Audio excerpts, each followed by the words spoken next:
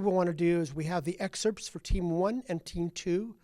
Each of the 3 rounds you went through, it'll take approximately 10 minutes for you to see it. It's there for you to actually see yourselves on camera, see what you actually said. The important thing is that it's only the beginning here.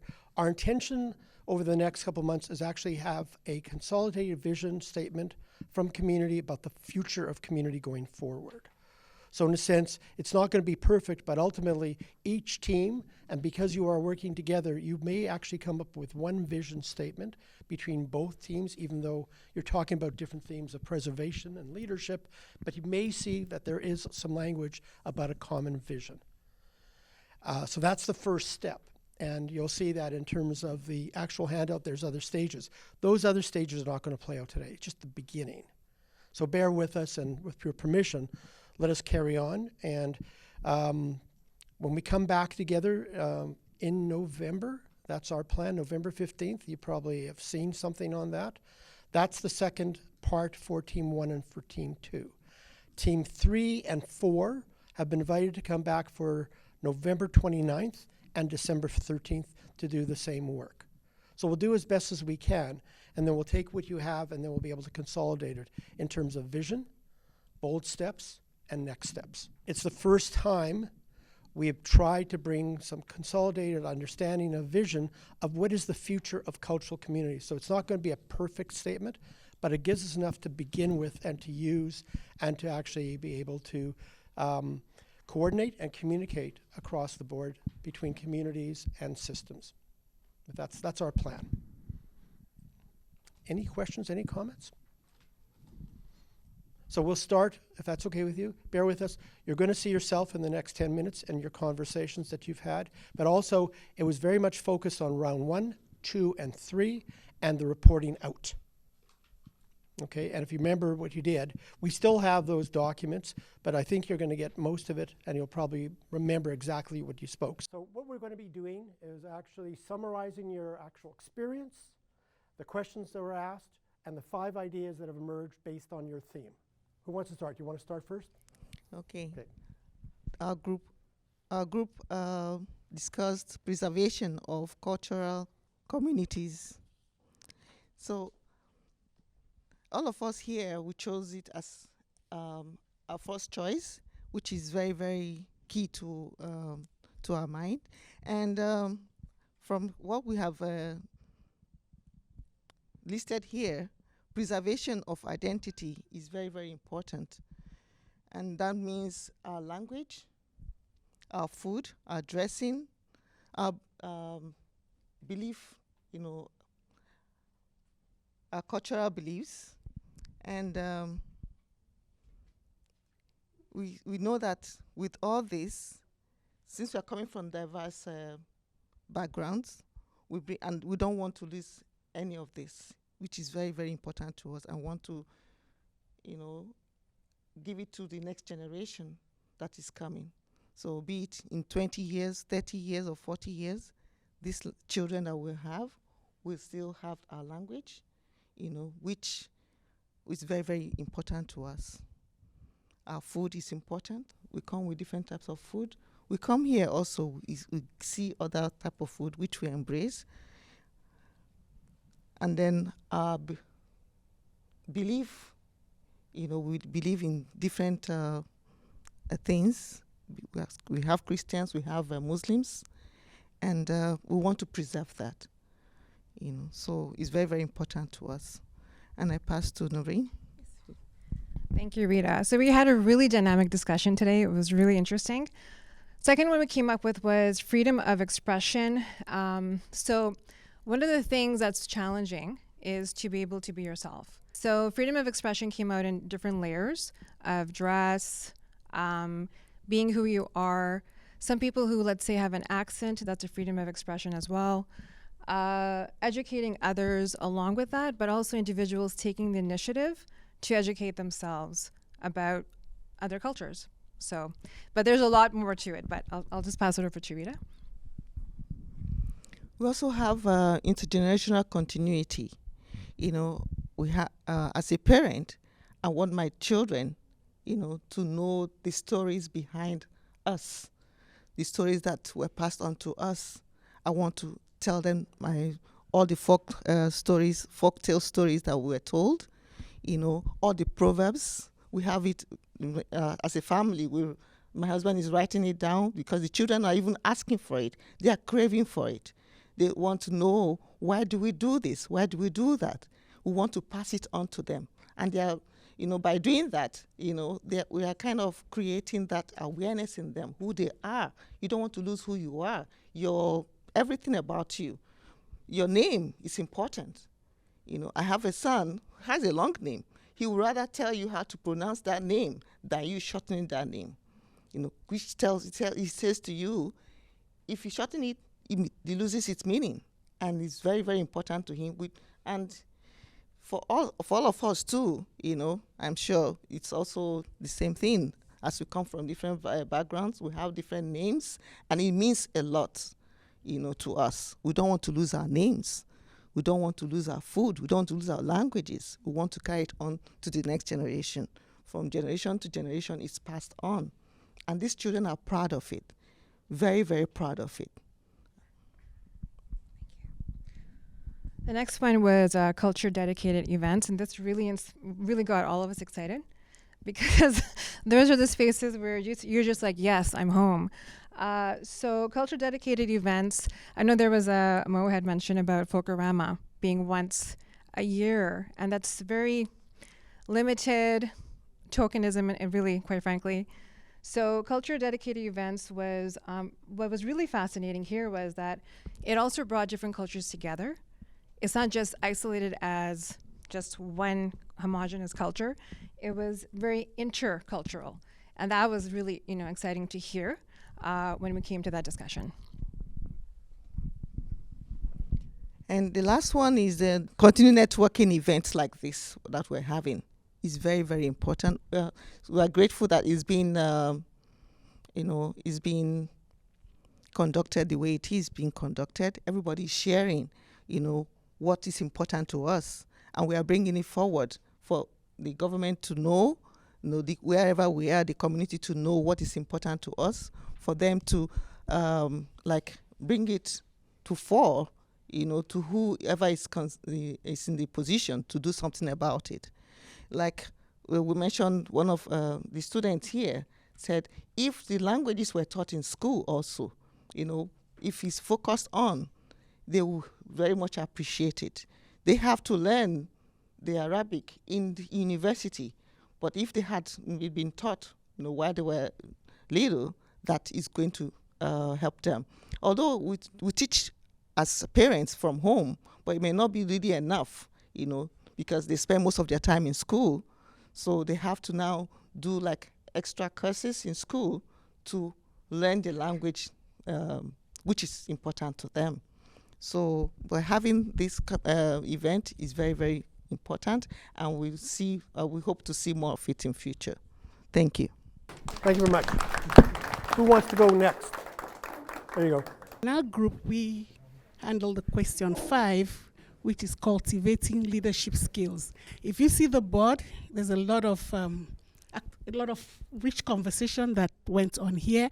And then we started our presentation by actually sharing an experience about a school principal who was nice to a parent. This parent had met a particular principal who came here at the age of 9, but at the time she met her, the principal was about 40-something, And so then met another principal in the same school, different location.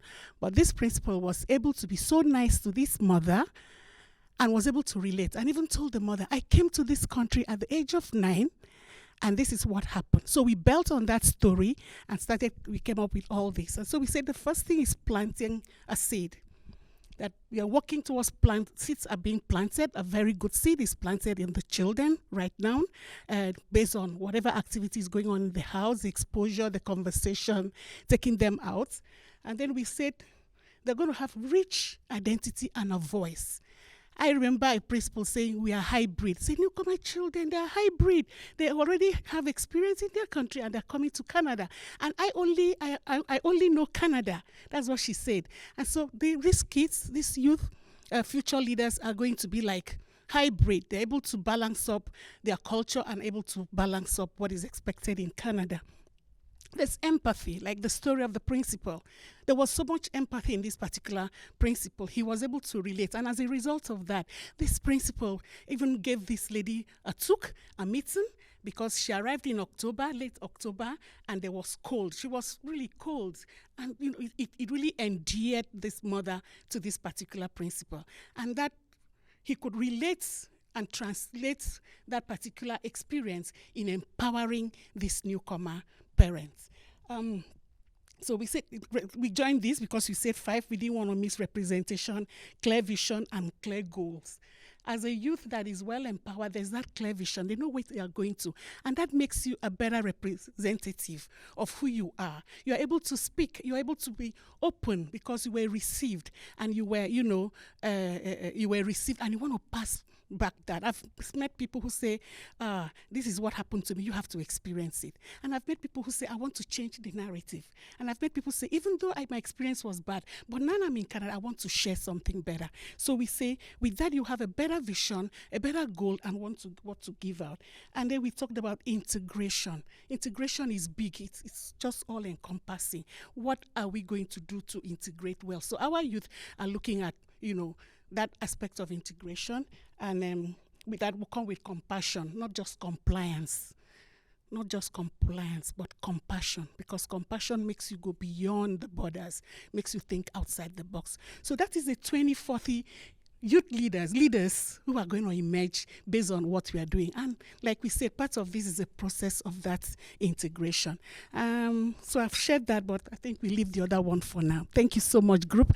And this is a product of this group. Thank you. So our headline, what you see on the TV, is no limitation. Right now you're accepted. No one is asking you, are you a Canadian? Because you're brown, because you're black, because you're white. No limitation anymore. I'm a Canadian for who I am, right? And just us being who we are through the passing down of generations from our parents, and now we're accepted. So no limitation. It's also good to let the world know that they should know we have preserved our identity till date. So we are passing it on to our children and our children's children. So no limitations, the culture, the language, the food, everything is being passed on to the future generations. Now it's 2040, and the children know the language, and they are also being taught in school, as a community. Even some curriculum now have these languages, because the Canadian population has grown so big that there are so many cultures, so many languages have come in, and they are now being inculcated into the school system. And the children are free to speak their languages, no barriers. I think, I'm going to end it off with the quote being, I am home, which was, said by Zareen. But so overall, it's just an integration, including media sources like radio, having diversity of music so a person can hear their language, representation on television or social media, et cetera, et cetera. Who knows what 2040 will be, but maybe AIs can also be part of the language, continuity. So that's about it. Our headline was going to be Canada New Face. Our big title will be we have our first I cannot pronounce this word, racialized prime minister. So we will have our first rational prime minister, and our head will be the new face of Canada. So with that, we have also our headlines. You have them write it down there? Yeah, the headline, the big story, and then the quotes, dreams come true. Yeah, and then in terms of integral leadership style, where you are talking about what kind of image support and headline actions, we talked about the integral leadership, and then we came up with this quote to support it. So we say leadership is about making others better as a result of your presence, and making sure that that impact lasts in your absence. Okay, I think that's it. Thank you. Okay, so we'll start off with basically we have a community hub right in the middle. We then all have different spaces, right, public spaces. So we have the government building, where it's important for policies for cultural awareness. Right across from it is the cultural preservation offices. Hopefully it's designated for the purposes of integration and information. Healthcare, schooling, social media, office, and of course the mall as well, with having access to outfits, cultural clothing, and so forth. So this is just like our framework. Hoping in 2040 it could be far more integrated, where the community hub, just like the other table spoke about, would not require all this explanation, where people can exist and just process through. So that's basically our. Anyone else have a contribution? Statements? Okay, that's it for us. All right. Thank you. How about this table over here? This is our image, and this, based on what the previous work we've done, is a racialized prime minister. Dreams coming true.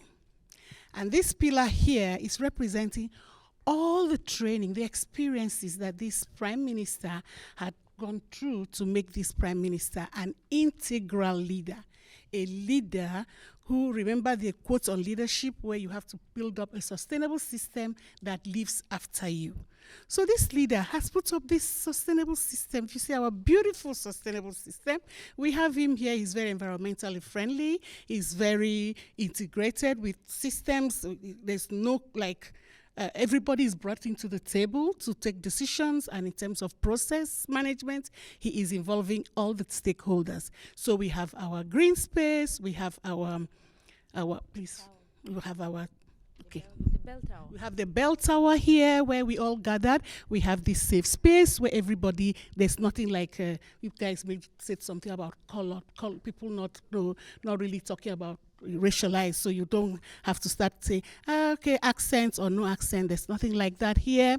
This leader has been able to put, with the participation of all the stakeholders, we have the agencies here, we have the government here, we have private sector here, we have a school system here, we have affordable housing, we have our hospital, the ER section, less waiting time, we have we have our, you want to help me, someone?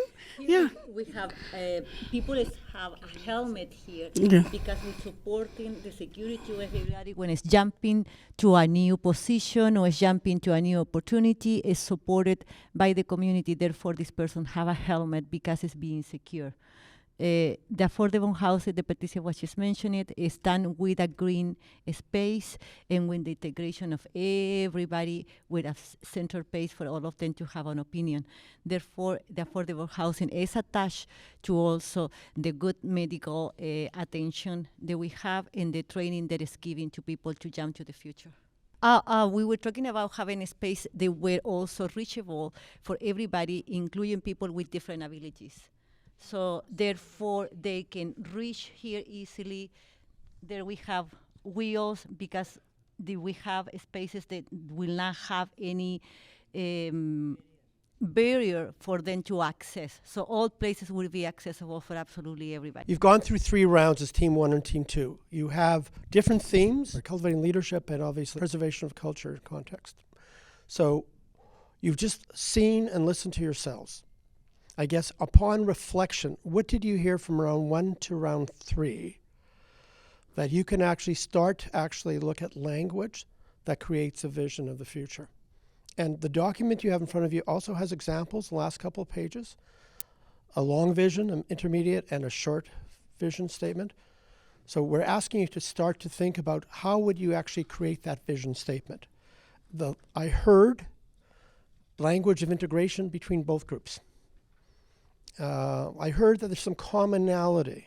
So I guess that's what I'm seeing. I don't know what you're seeing, but our question to you in the next 15, 20 minutes to begin the process, we know we're starting late and we will catch up on this, is how would you start thinking about what is that vision statement that has been, in a sense, you've actually gone through, you've talked about, you've explored in many different ways, you've built it. Now it's your turn to write it. So stage 1 for vision development. Okay, it says a vision inspires, guides, and unites, providing clear, shared purpose for a better future. So here are 3 easy to understand steps for writing a value statement. So you want to identify the core value. So start by identifying the core values that are important to your community or organization.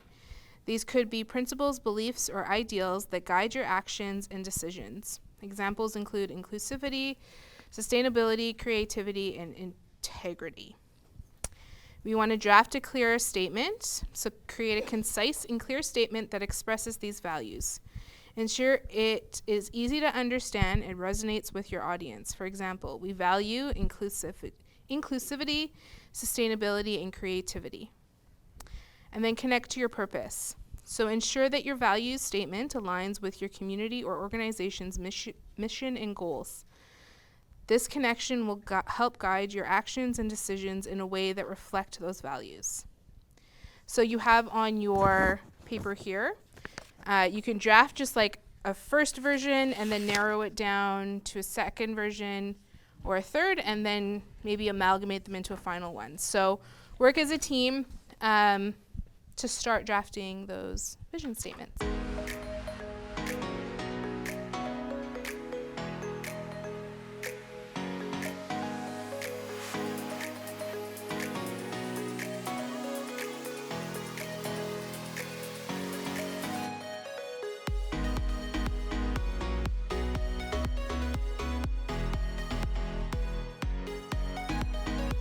We think it's important as part of our responsibility to actually be able to construct that vision together. So my question to the 6 of you at this moment, and we'll be asking the same question for the other teams, what would be your next steps in terms of being able to take this conversation forward? That'd be something that you really want to do and commit to. Because we've sort of laid out a game plan. Now the question is, does it work for you? Will it work for you the way we've actually structured it? Because of my work schedule, I would have loved like a Zoom kind of set up, where we can do it over the Zoom. But as it is, and the sacrifice I had to make is to leave work early, get home, do some runs and appointments, before taking off to come here. So it's not easy, and I'm an early person.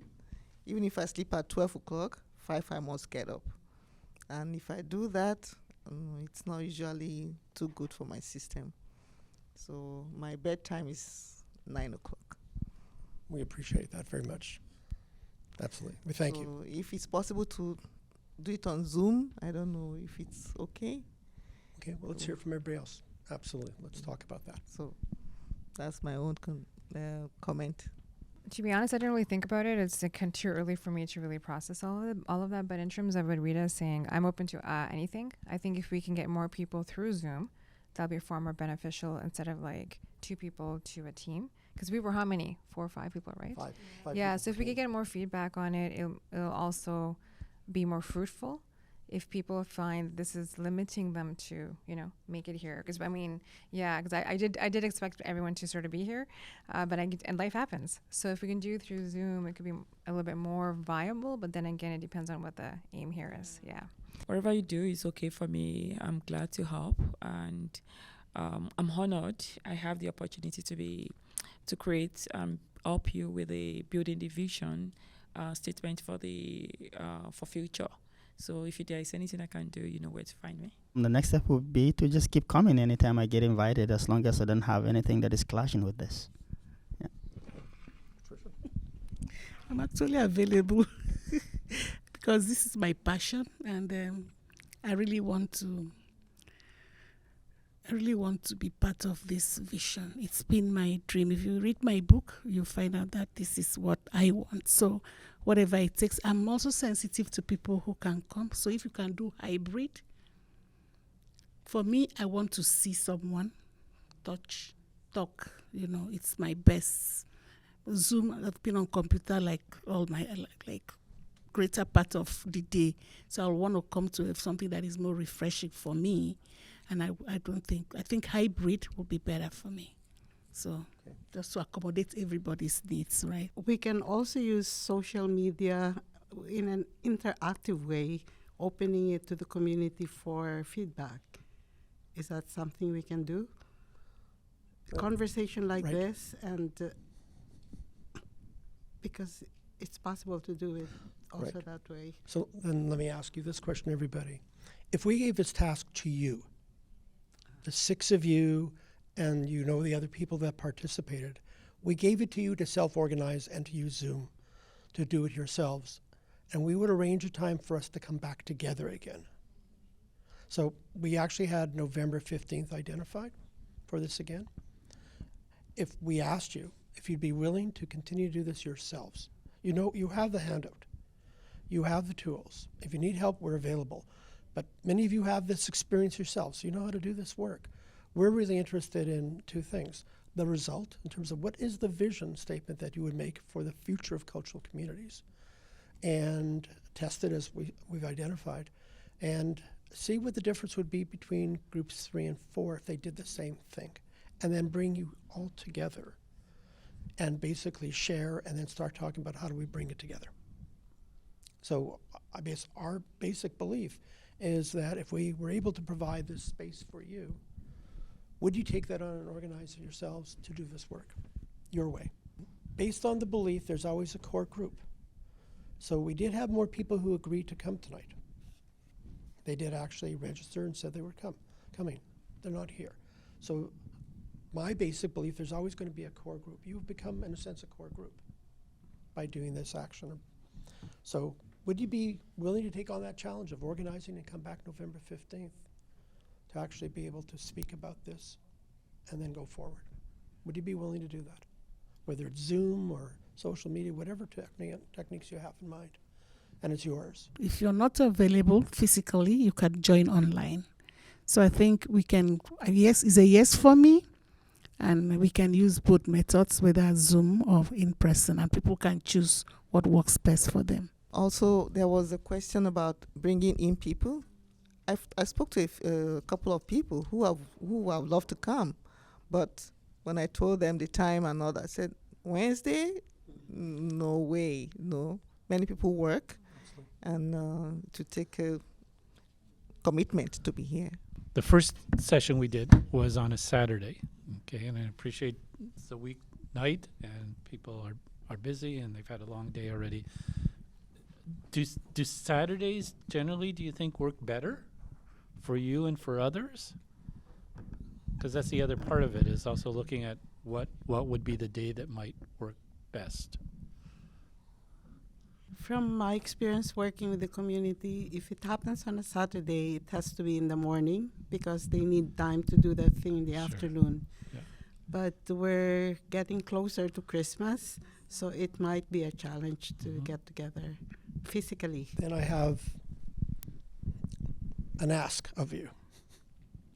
So we've asked you to do the vision, but there's a second part to the process, which is actually putting outcomes to the vision. If it's actually achieved, what would be different? And there's a second actual handout for us to give you. If you're willing to do this and come back together again and identify a Saturday, and I know Christmas is coming, or that period is coming very quickly. That's why November is really the important time for us to decide. We're going to ask you to help us decide on a time and a day, and if it is a Saturday, and decide pretty quickly, because we still want to bring this back so we can record the conversation. It's really important, very important for us. So it is, again, part of that production, the next stage to that. How would you feel about that? I mean, that's really the task that really makes a difference to us. But my other question to you is, who's taking the role of leading this process or being somewhat responsible to ensure people are being brought together? I can do, we can also do like Zoom meetings, and just to kind of maybe get going instead of face to face. And then maybe as time goes on, then once we are finalizing the vision, then we can meet face to face to finalize the information. Okay, we'll leave that. So we'll leave that to you. Any other questions or things we should consider that you would ask of us, as we've been asking of you? For a maximum of a group of 8, I think you can use FaceTime, and that means really looking at each other and having that conversation. We organized something in my school for 35 years, and majority of them were in Africa. I'm the only one in Canada, some people in UK, and we set up WhatsApp, and sometimes if you want to FaceTime, we can do that as well. And then we can listen and just jot down the ideas, and then we can post as well on WhatsApp to see, like, okay, whatever you think it should be, and then we let Martin and Steve know once whatever we decide on. As we're talking about this and wanting for this conversation to go forward, 2 things. The handout A about the vision, that's an area of focus for us. And the second one is the outcomes if the vision is achieved. That second document. The intention then would be when you come together, again, let's say the 2 groups of more people, as many people as can come, it really is in a sense a reporting out session. But then if we do agree and we've moved forward, we may be adding some of the things that's in the conversation. Because ultimately, when we start talking about vision and outcomes, we want to talk about some bold steps. So don't worry about the bold steps now, but those may be things we'll add when we come together. That may be an additional exercise. But our real interest is reporting out, hearing about the vision that you've identified for the future of cultural communities going forward. Outcomes that you see, I think we asked for 3. And that would be a really good stepping stone for us to come back together again. Thank you for hanging in there. We know, but the other question I want to ask you, I have to ask a question. I need to ask a question. Just one last question before we go. Well, you know me by now, I have to ask questions, okay? So in terms of the AGM, for those of you who stayed throughout that, did you learn something new about CMCCF that you didn't know about before? When you spoke about the Colombia, supporting the Colombia community, that was an aha moment for me. So which means you babysit young organizations too that align with your vision. That's the impression I got when you say the Colombian community, they're coming. Absolutely. Yeah. But the focus for that, just to be really clear, we're working with certain communities, similar to what we're talking about right now. We're working with certain communities who've come forward to us and basically asked for us to help them plan for their future. So it is about planning for the future, is our expertise. So I think that was an aha moment for me. Okay. So Well, thank you. it's well appreciated because most of the young organizations, some need to really get their vision put together and having a better understanding, a deeper understanding of where they're going to, not just gathering people to. So if you're offering that, it's highly needed in Winnipeg. We don't have organizations that play that mentorship role for other organizations. We really need it. Well, thank you. Yeah. Thanks Thank for you that. so That's much. very Yeah. helpful. One last word before we close it off. One last word. I think it sounds good for us to use whatever way of communicating with our group and come up with the vision statement and all that and share it and have one big meeting with the core group so we can share whatever Absolutely. has taken. That's the plan. Okay, that's great. One last word. Noreen. Inspired. I'm excited. It's daunting because it's a lot of work, and then it has to be something that makes sense to other people not here. And we are getting started. Today is my first day coming here. So just knowing that something like this exists, that someone thinking about the vision of cultural communities is really impressive and really exciting to me. And from the time Patricia told me about this, I got curious as to what comes out of this. What's going to happen in the next 20 years? What are we going to see as a result of the work of this organization? Thank you. You know, for me, I don't really care if I see what happens. I am excited. I am enjoying. It's helping my mental health. It's making me know that there's a hope. There's hope because I believe when something starts, it starts for a purpose. So seeing being a witness to this process is very satisfying for me. So I'm in. and I'm really into it. Whether it works, I don't care. Whether it doesn't work, whatever happens, but it's a vision that I've personally had for myself, and seeing that somebody is already as a forerunner for my vision is very soothing for me. So I want to say thank you. Thank you. And it's a great work. It's big. I can imagine the fight you're fighting, So thank you for doing it.